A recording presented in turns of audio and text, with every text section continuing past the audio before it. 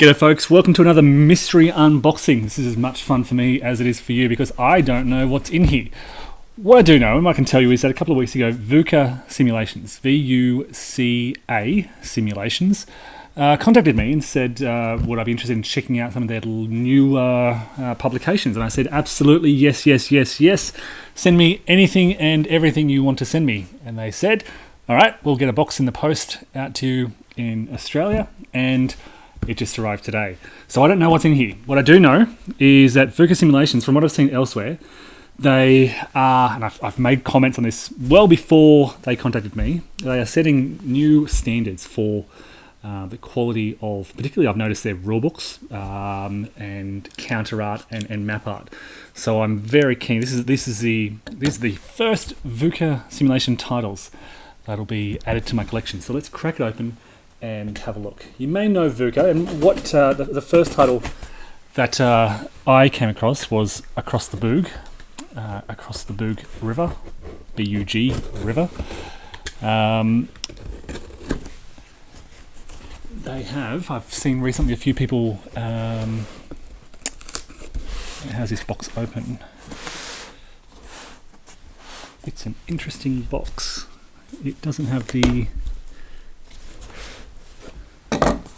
I don't know how to open this box. First challenge, opening the box. Here we go. What's this? Here we go.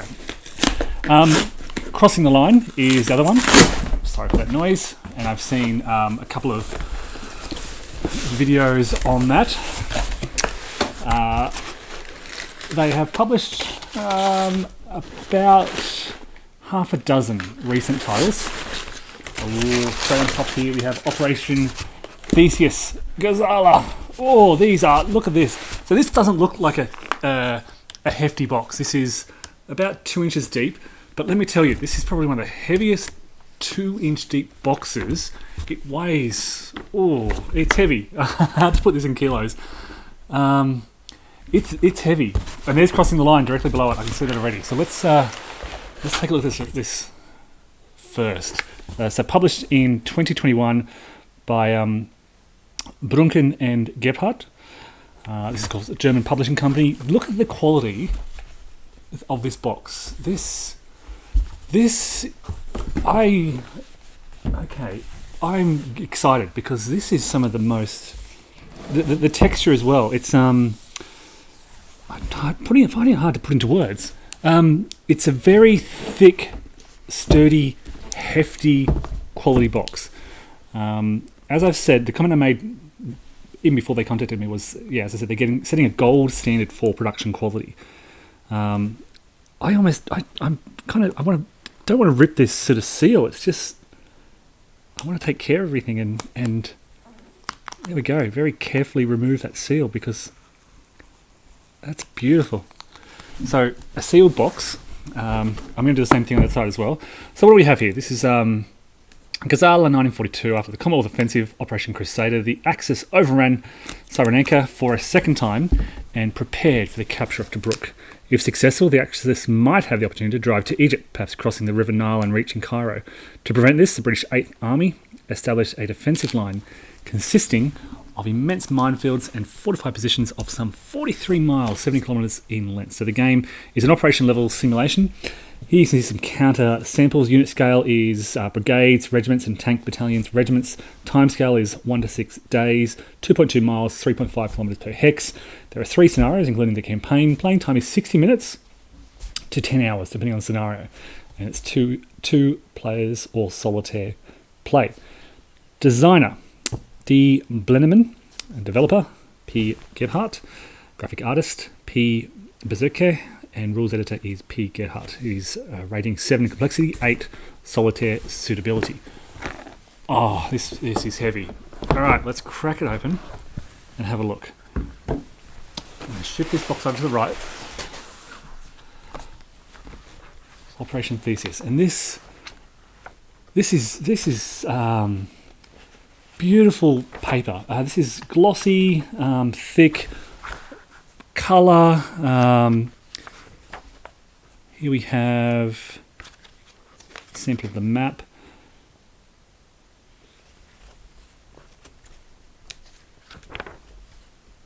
sequence of play, and this is a pretty hefty rulebook too. This is 31 pages long. Going to the back here, we have designer notes, player notes, historical context. So you can see that beautiful colour, glossy, high quality paper.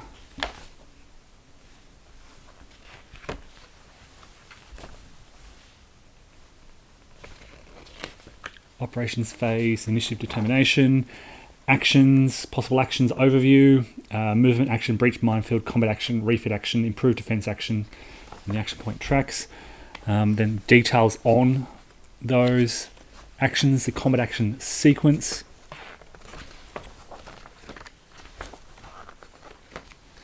End of turn phase, and then from page 25 onwards, the scenario. So looking at about 24 pages of rules, we minus the first sort of 2 or 3 pages, we're looking at about 21 pages of rules there.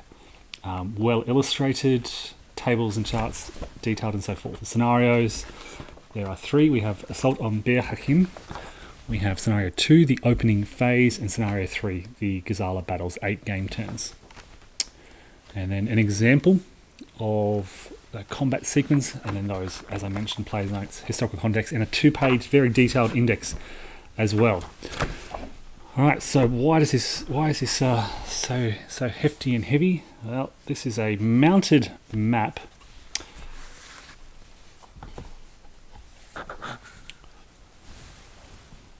And it's a big map too. It is a huge map. I haven't prepared the space to unfold this all. I'm going to try to be careful here. So we have, here we go.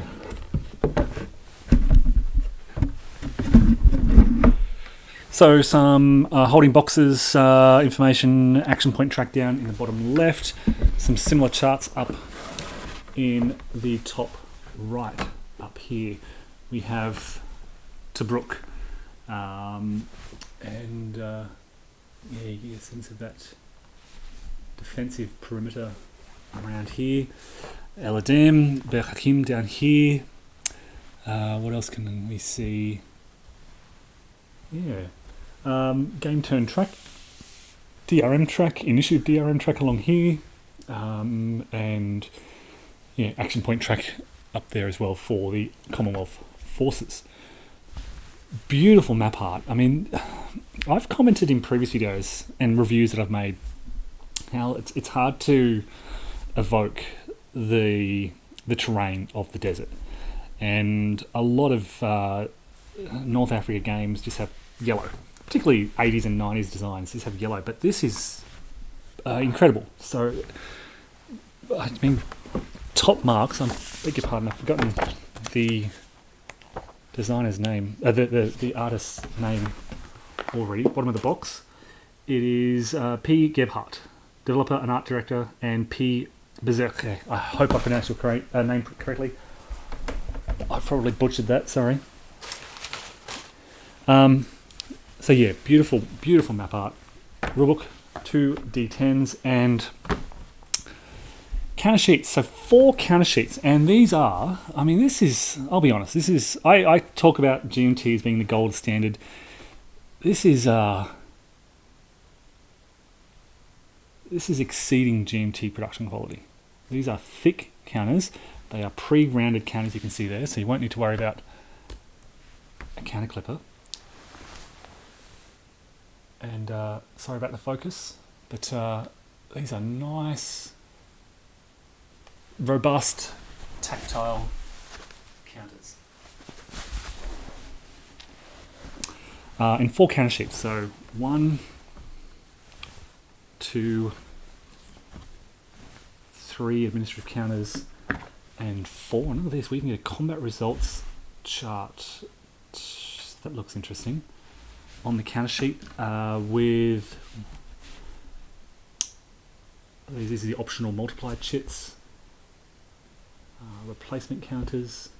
It's just, the art is beautiful. It's colourful. I don't exactly know what these are, but I love them. Look like modifiers to existing terrain. Yeah, to existing locations. Perhaps for building entrenchments or the like. as I said, I don't know much about this game, but super keen. There's more. There's more. There's more. There are player aid sheets. We have, I think they're player aid A. Yeah, so 2 identical CRTs. These are again thick. You can see the thickness of these there, and colourful. It just looks amazing. Full colour design, mounted player aids. Then we have player aid B, 2 of those again. We have scenario 2 and 3 board setup, scenario 1 setup. I mean, this is you can sense my amazement. This is probably the best production quality I've ever seen in a war game. In terms of graphic design, in terms of colour, in terms of the quality, these are thick mounted player aids. That's where all the weight comes from in the box. These player aids alone, that's how thick they are. 6 mounted, sturdy player aids, full colour. They look amazing. So that is Operation Theseus, Gazala, 1942.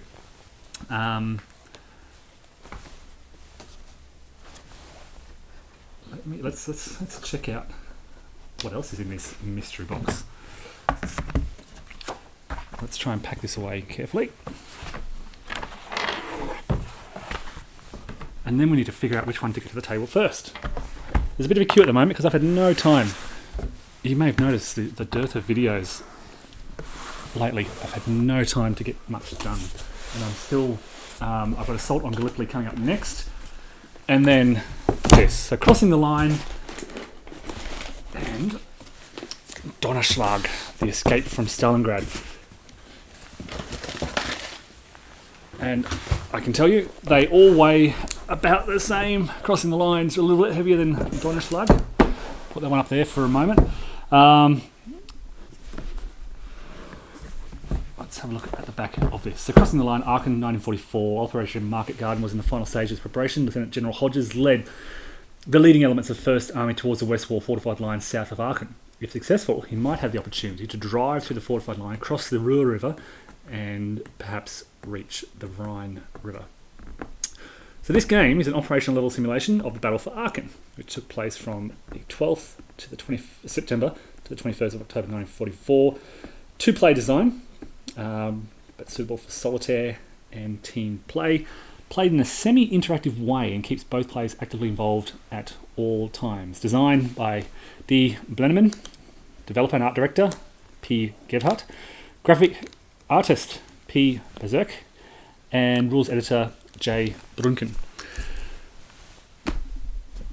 Game counter art here. Scale is battalion. Turns are from 1 turn is 2 to 8 days. 3/4 of a mile, 1.2 kilometers per hex. Scenarios, there are 4, including the campaign. Playing time is 30 minutes to 10 hours.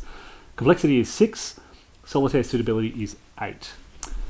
And let's crack this one open. Again, super sturdy. It's a rogue sticker on the front. Super sturdy box art. It's hard to convey on video how solid this box is. I'm trying to think of... I mean, GMT Games have really thickened up their box design lately. It's important for me, box design. You can see box thickness. I like that kind of stuff. The rulebook, 2nd edition rulebook for Crossing the Line Aachen. We are looking at... here we are, pages are down the bottom. So 41, 42, 43, 44 pages. Glossary, designer's notes, illustrated scenarios in the back there. So we're looking at 34 pages. So the rules for this one are longer. I think the font looks a little larger in this one. Again, beautifully illustrated. Player aids, game markers, combat units. I won't go through the rulebook in detail, but what I'm really highlighting here is the quality of the production here. Let's open up this map and have a look.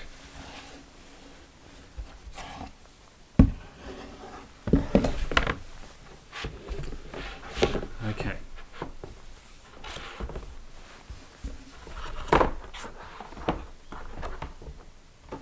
I'm trying to get a sense of geography. This looks like a west wall barrier along here. Here's Aachen in the centre. I'll be honest, I know very little about these operations, so I can't really comment on what happened. So map in the centre here, then we have game turn along the left here, American forces, German forces, formation activation and action points.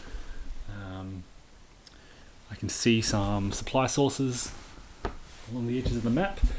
I can see one type of road, and then there are a couple of different terrain types. It's like city, and maybe a distinction between towns and villages. I'm sure that's detailed elsewhere. And once again, thick mounted map. You can see the depth of that map. So again, top marks for production quality. Counter sheets. There are again 4 counter sheets. Again, pre-rounded counters, so you don't need to worry about your counter clippers. I love this design. I don't know why. I can't put my finger on. I think the use of colours, the clarity of symbols, it reminds me of Grand Tactical Series in the use of different colours. Some of my favourite counters, of course, in GTS by MMP. So 2 counter sheets full of units, and then 2 sheets for administrative counters, with again a similar combat results type of bar there. Alright. And again, we have mounted player aids. 2d10s. And we have here, okay, this is the operations chart A, a summary of movement costs for moving through terrain. So we've got light forest, pillbox in light forest, dense forest, pillbox in dense forest, town, city, industrial roads, streams, embankments, the Ruhr River, and the Dragon's Teeth fortified wall. Cost to move through, zone control effects, combat effects, defending AT, attacking tank points, and CRT dice roll modifiers. So -4 for attacking across the stream and embankment. On the reverse side, sequence of play summary, admin phase, operations phase, back and forth by the looks of it. Action points, current formation activation level and the die roll, readies of reaction, action point cost, summary of the combat unit, nice and clear. And again, colour illustrated, mounted. Operations chart B, combat results table and dice roll modifiers on the reverse side. Interdiction results, German unit reorganisation chart, headquarters recovery, replacement points, victory points, and German strength point loss VP allocation. Then we have scenario 1 and scenario 3, board setup, reinforcement, and withdrawal master chart per turn. And then the campaign and scenario 2, board setup. Again, very clear, easy to read. And on the reverse, the reinforcement and withdrawal master chart per turn, going up to from turn 4 to turn 7. And lastly, we have so the game turn, basically an off-map sheet of charts showing interdiction, engine, dice roll modifier, action points, and so forth. Wow, that's as I said, setting a new standard for production quality. Let's dive into the last one, the newly published Donnlag. So Crossing the Line it was published copyright 2019-2021. Donnlag published in 2022. I've seen photos of this. Again, I know relatively little about it. It has a 3 complexity, 5 solitaire suitability. Escape from Stalingrad from the 12th of December to 23rd of December 1942. Unterhemmen Wintergewitter was in progress. This was the code name for the relief attack by Heeresgruppe Don to free the trapped 6th Army in Stalingrad. The Axis formations entered with 50,000 men and 250 tanks, while the strength of the Soviet formations was reported to be 3 times that. Interesting, slightly different art on the counters here. We're looking at battalion, regiment, brigade, scale. One turn is 2 to 3 days. 4 kilometers per hex. Playing time is 5 to 8 hours for 2 players. Designers P. Gebhardt and Pepito Svazaguti. Developer and art director P. Gebhardt. Graphic artists are P. Berserker and G. Chiesa, with rules editor J. Brunken. Wow, once again, beautiful texture on this box. I can't convey kind of the feeling. I'm trying to kind of capture the texture on these boxes. It's a nice little thing, having a nice aesthetic box cover. One of my favourite box designs is Triumph of Chaos version 2 by Clash of Arms game. All Clash of Arms games do beautiful box cover designs, and this is reminiscent of that in terms of the texture. This has a more robust design.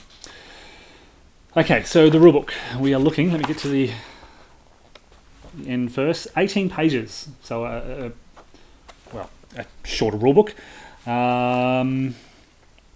Table of contents. You can already see the cards here. Activation cards, combat cards, different type of game design, preparation for play, sequence of play, admin phase, and then action phase. Fog of War, activation cards and combat cards in hand are kept secret. Stacking, so this is why it has that lower solitaire suitability. Action cards to play for an activation to activate specified units, you can see here, and combat cards, I assume, to play in combat. So I might have to get the kids or my wife to help me run through this one, as they've been helping with Assault on Gallipoli. Whenever there's sort of this Fog of War element, I get someone to help me. Zone of control, command, supply, movement, nice, straightforward, clear. Combat principles. Combat example here. Donnlag, breakout of 6th Army, victory conditions, and then that's 10 pages of rules. And then historical notes, lots of historical notes and illustrations, designer's notes. So there you go. Half the rulebook is made up of designer's notes, so fairly easier than the other two to get into. Let's have a look at these cards. And again, I love the graphic design of these. Bit of glue. So you see a bit of is it acrylic font? General event, tactical events. So these are combat cards. Okay.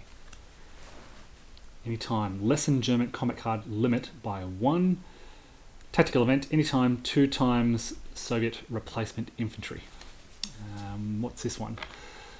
A late reaction. Let's get this must be stages of the operation. So early, anytime, negates the enemy card, remove from play. Before combat, +2 or -2 dice roll modifier. General event, 1 tank step loss. Tank dogs, there we go. Famous tank dogs. After combat, an additional tank step loss for the opponent. Tactical event, anytime, 1 Soviet replacement infantry. They are Soviet combat cards, they are German combat cards. These are the activation cards that I wanted to check out as well.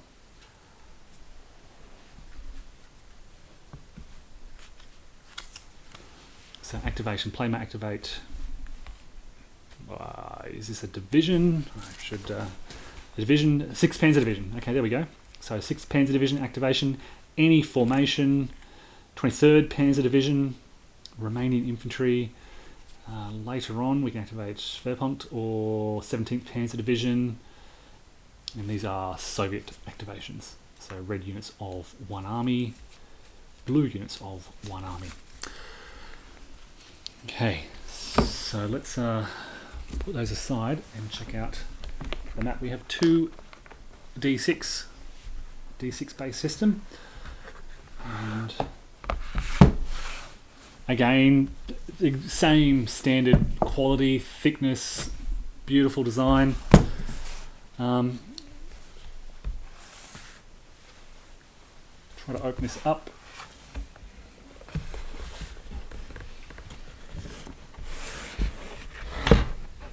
sort of got a portrait layout here. The Stalingrad Cauldron here. We've got, let me try and get a sense of geography, the Don River running up here on the left. So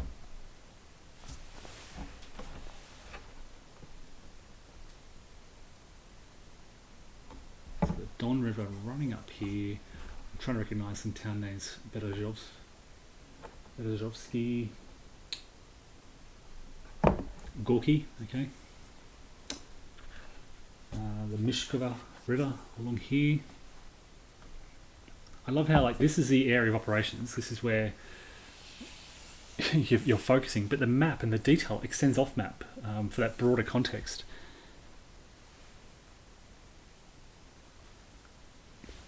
So it looks like we've got main roads, primary roads, and maybe secondary roads through here.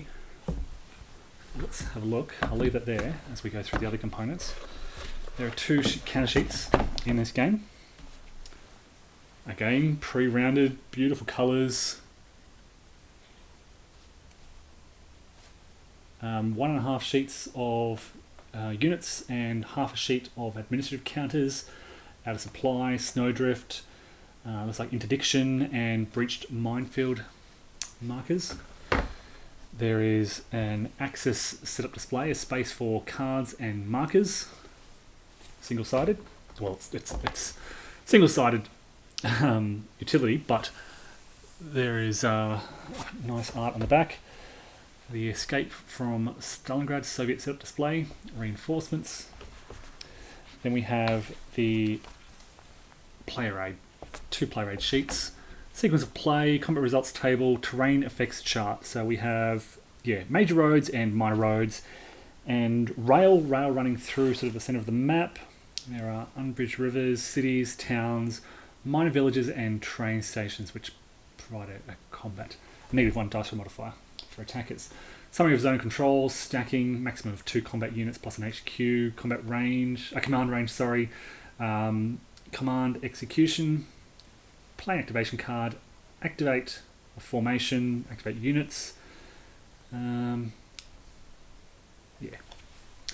and an extended sequence of play on both sides of those cards. So a more introductory style of game, but again, nothing spared for the quality of the map art. I'm looking here. It looks like a topographical map, and I'm just wondering. Yeah, I'm pretty sure these are topographical details. I'm sure that I don't think they have much effect on combat, but again, just that level of aesthetic detail. They've gone beyond what is needed. It is functional, aesthetically pleasing, and broadly informative. Space up the top here, off camera, for the various cards that are used. The combat deck, the activation deck, permanently removed discard pile for the Germans, and the same for the Soviets. Then we've got the Donnlag Advance, Stavka and OKH cards. I'm not sure about those. Spaces for various units. The turn track, 8 turn. Yeah, folks. I think I might start with this one because it's the easiest to learn and get into, and I can get the kids involved. Then. So basically, I've got Assault on Gallipoli coming up next. Donnlag, Crossing the Line, Operation Thesis. I think in order of interest. Toss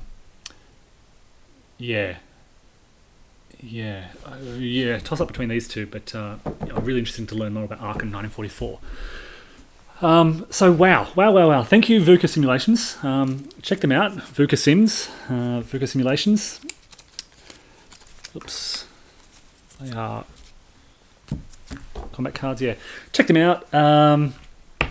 These 3, I believe, are all available. They have, a couple of other titles available as well.